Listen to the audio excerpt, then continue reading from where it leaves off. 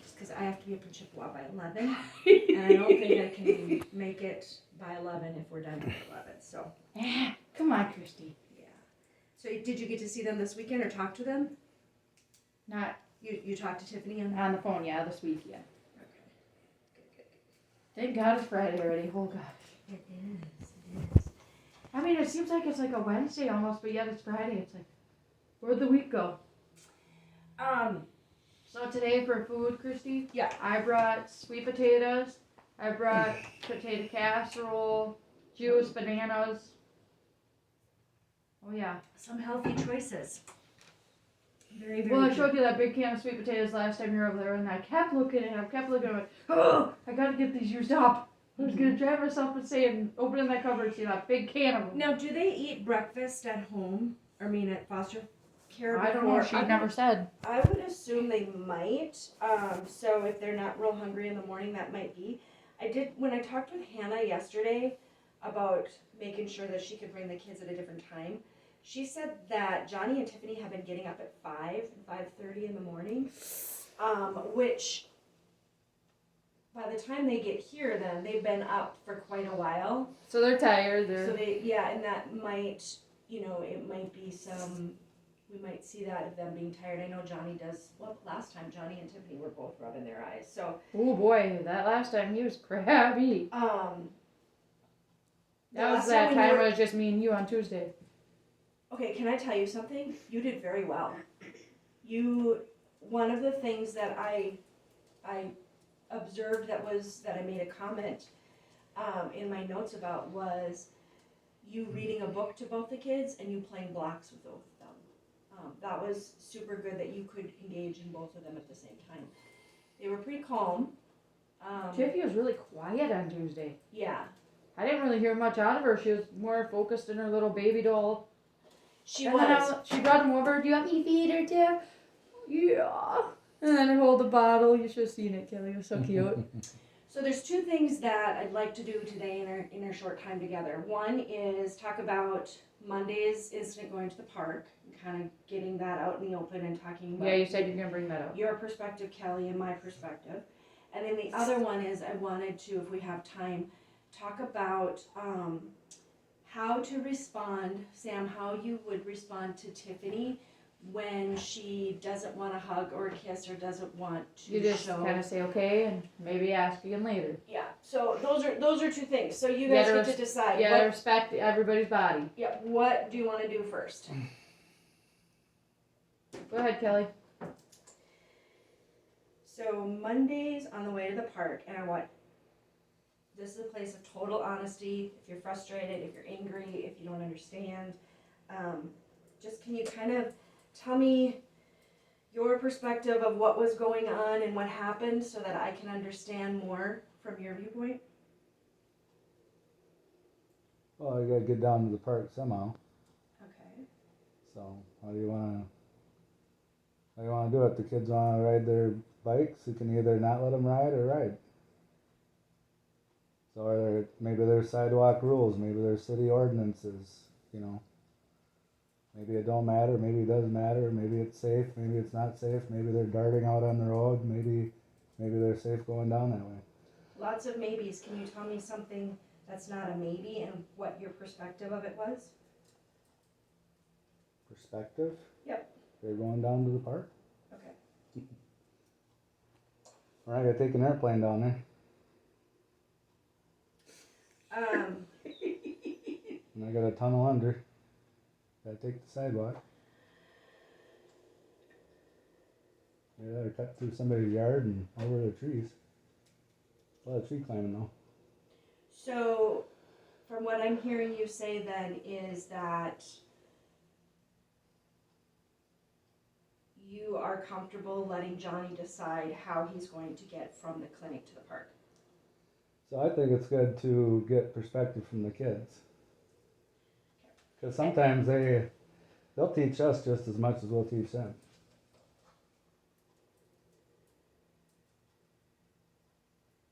So what was Johnny teaching you by?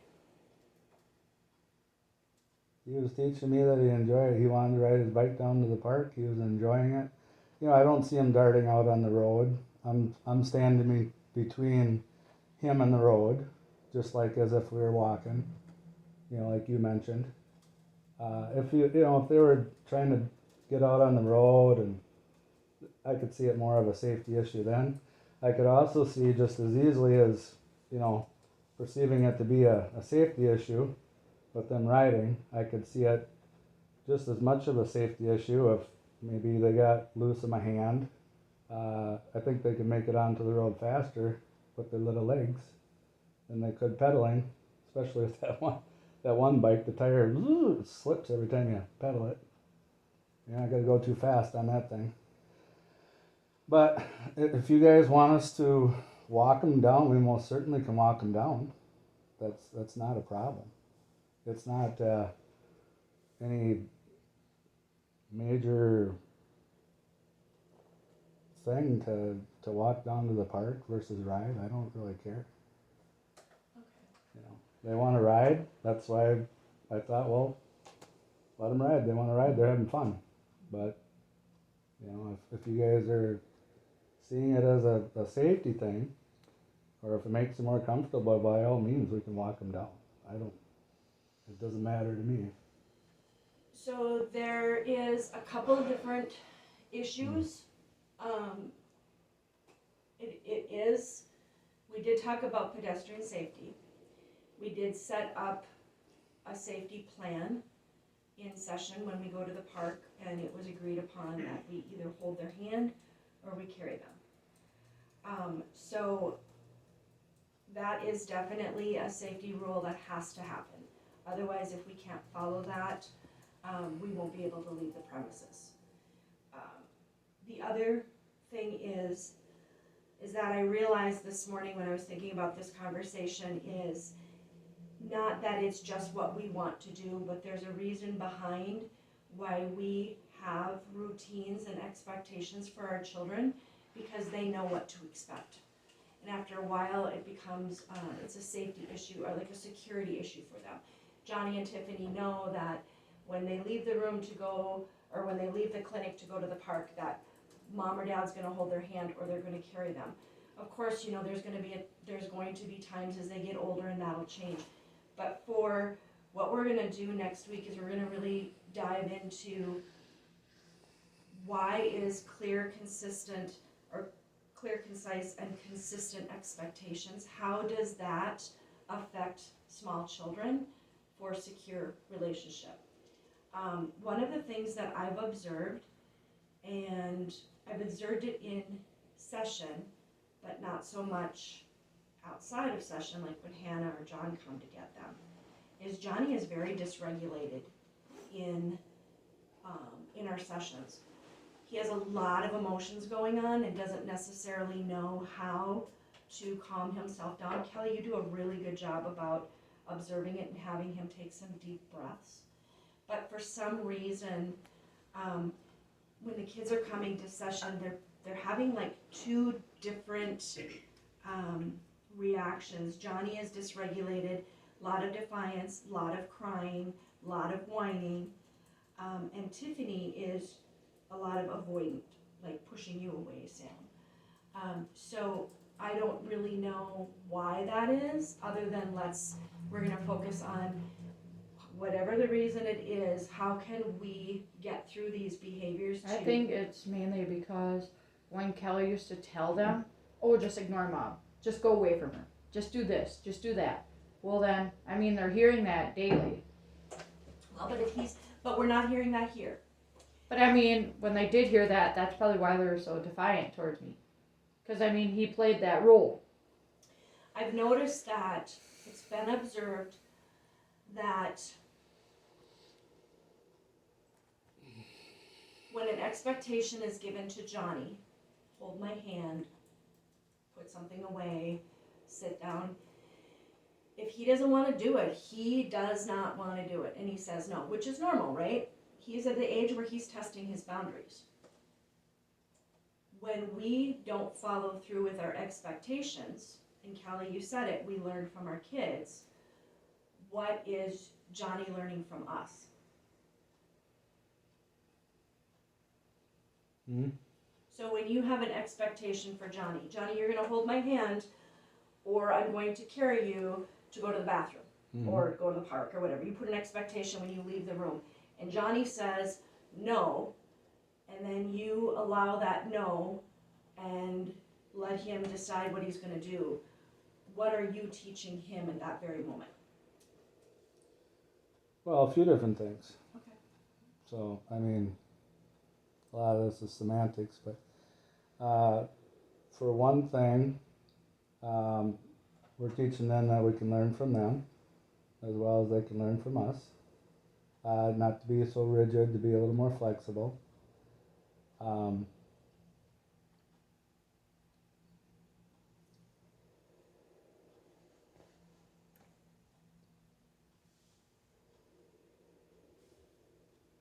Let's explore that. Being rigid and flexible, is that something that's important to you, or why? Those are two very interesting words. Yeah. Like if you get a piece of plastic that's hard and cold, it can break under the pressure. But if you're flexible like rubber, you can kind of bend and kind of go with the flow a little bit. Right, so there's a time and a place So- for flexibility, right? Yeah. Okay. That's what the whole subject's based on, I think, is when we're in here, you guys want them to be, you're practicing safety, so. And building secure attachment. And I kind of get that, we're in kind of a little test tube, we're in a building, You're right. and so you guys are doing what you got to do. You got a job to do, and I'm willing to play along, and let's hold the hand.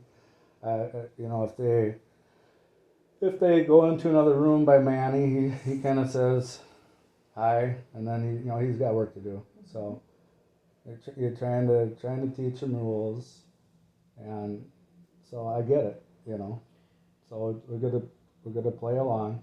Why are rules and expectations important to children?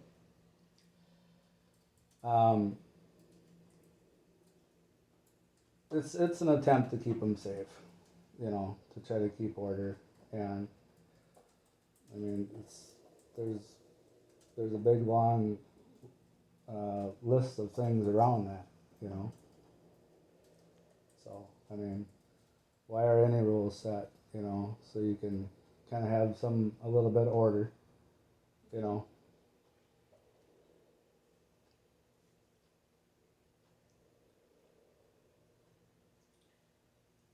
I think what we'll do for our next parent ed, especially, is we are going to explore why consistency and rules, what they do beyond just keeping kids safe. Let's bring up another subject too, as long as we're on the subject. Yeah. So since we've been down to the park, at first it was they could go in the parking lot and ride bikes, Right. which was what you wanted to try, and we tried it, and then so there was a change made there. And what was the reasoning for that change? The change made there was, and Sarah, you might be able to help with this, is Lexi and Sarah went down to the park with you guys on that Friday. I wasn't here. Johnny did not have boundaries, and boundaries were not enforced of other people's vehicles. Another issue was that just the safety issue of him being allowed to just go. So until those boundaries, yep, I will admit that did change to a more safe situation of the sidewalk between the park and the grass. And I give you credit for that, because you were open to trying the parking lot out. Yeah. Obviously, they can ride their bikes in a parking lot easier than they can on Absolutely. grass. We tried it. It didn't work. Yeah. You guys got to collect your data. I get that. That's your job. I get it. And one of the reasons too is even during observation when we went down there with the kids is that I'm only one person, I can't Yeah. collect data on you when you're half Yeah. a block down and Sam's over here. I get So it. it's not giving a clear, accurate depiction of your skills. Mm-hmm. So having a contained space is a lot easier, but having that sidewalk between the fenced area and the grassy area makes it doable for me to be able to witness both parents Yep. with whatever child you're with. And you guys got a job to do, so I get it. You know, it's not like we're going to the beach and we're partying it up and just having fun. You guys got data to collect. Right. So then it went from that to being in the fenced-in area, and then there's another change made. I don't know when exactly that change was made. I think I noticed it the last time we were down there. So then the change was they could ride on the sidewalk by the park. So there was another change. So it went from parking lot to in the park to the park and the sidewalk, if I got that correct. You do. So there was a couple changes made, and we're adjusting. You know, Yeah.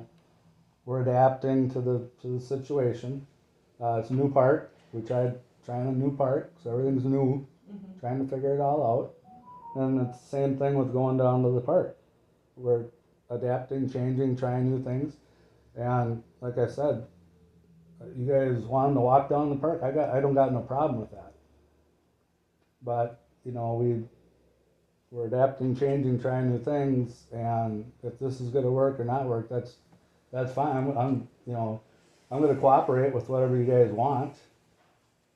And if that's what the rules are, then we'll follow them and we'll cooperate and we'll get down to the park safely and you guys can collect your data and we'll visit with the kids and then I got to go to work after that. So let's define this black and white then today. And then will there be more changes down the road?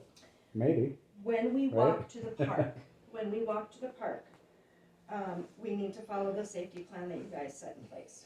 Right. So the plan will be that we either carry the children or we hold their hand.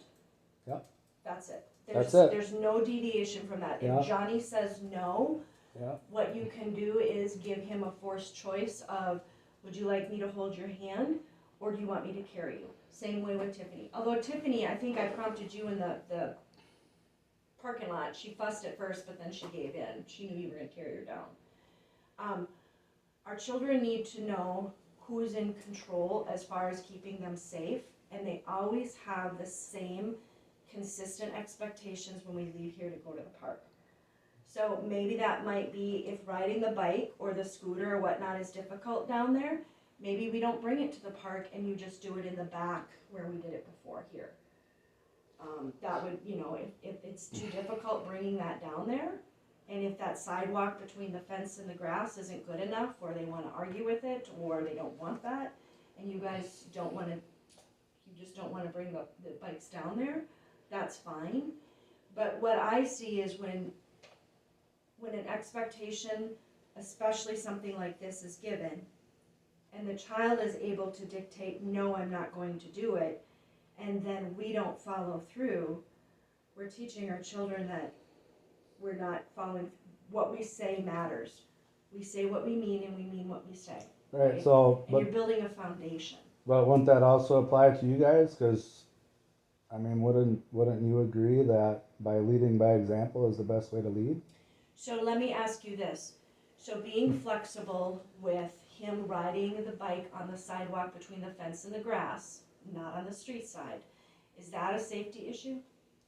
What's that now? So changing from where he could ride the bike from inside where it was rocks to outside where it is a sidewalk, Yeah. is that a safety issue? I don't think so. So that's where your flexibility is coming in, Kelly. It's Right. choosing when is it okay to be flexible and when is it okay that they Right. need to understand you have expectations. And your idea of is it being safe? Is that kind of what the It's being safe, but it's Question. also providing that they know the expectations when they leave. right? That Johnny is not choosing how to go to the park, that Dad is Right. saying, this is what our rules are. And how choosing how to go to the park And then once we're at the park, where we're gonna be at the park, those are two different things. So going to the park versus the area you can be at the park once we get to the park area. So the route to the park and then the area that we can be at the park. What are the safety issues on the route to the park? The route to the park? As far as what? What are safety issues that you see could happen? They could run out onto the road or they can ride out onto the road. Okay, so we have ongoing traffic. Yep. We have driveways. Yep. And we have a very large parking lot with people moving with Yep. vehicles. And we have running and riding, Right. which are, And your children have been observed as runners. right, They run and they're quick. Yep. Right? Yep. So knowing that we have the traffic, the hidden driveways, and a parking lot with moving vehicles, Right. and children that like to run, right. as a parent, what is your best way to make sure that they are safe? I'd say either way, because if they slip out of our hand, that could be a safety hazard too. You know, if they break free of our hand, I think they could run out onto the road faster. But to me, it's as far as them walking with us or riding with us, I'm going to say it's about equally as dangerous. So that being said, let's just have them walk, because to me, it's not like one's better than the other. And maybe there are some city ordinances about riding on the sidewalk. Because I think like they recommend when you're on like a regular bike, like even an adult. I think there could be an ordinance about riding on the sidewalk. I'm not concerned about an ordinance for, what is he for? Well, that's the law, so you should be concerned. When we did our pedestrian safety, but who's there to protect him? The law or dad? Okay, well, what happens if he's able to get away from my hand and he runs out onto the road? What then? Yeah, what then? Because I can I don't actually. think it's funny, because here's the issue. Your children were removed due to safety issues of them running in the street. I'm not laughing at that. I'm laughing at Well- myself. I'm thinking. I mean, this is a huge thing, and if we cannot have clear, concise safety safety expectations of our children, and it's met with resistance, I'm not comfortable taking them down to the park. Yeah, and I'm already agreeing that let's walk them down to the park. Okay. We're in agreement on that. Okay, but I'm also saying, if you're gonna lead by example, then why would you change it from the parking lot to in the fenced-in area to now it's the sidewalk?